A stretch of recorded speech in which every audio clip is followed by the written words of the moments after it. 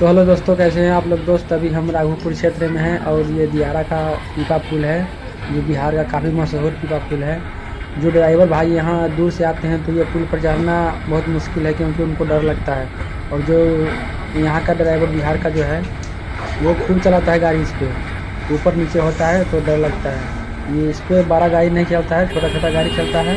और ये पुल काफ़ी सुंदर है। ये पुल पानी जब आता है तो उस पुल को खोल लिया जाता है। तो दोस्त, वीडियो को पूरा देखना और लाइक सब्सक्राइब जरूर करना।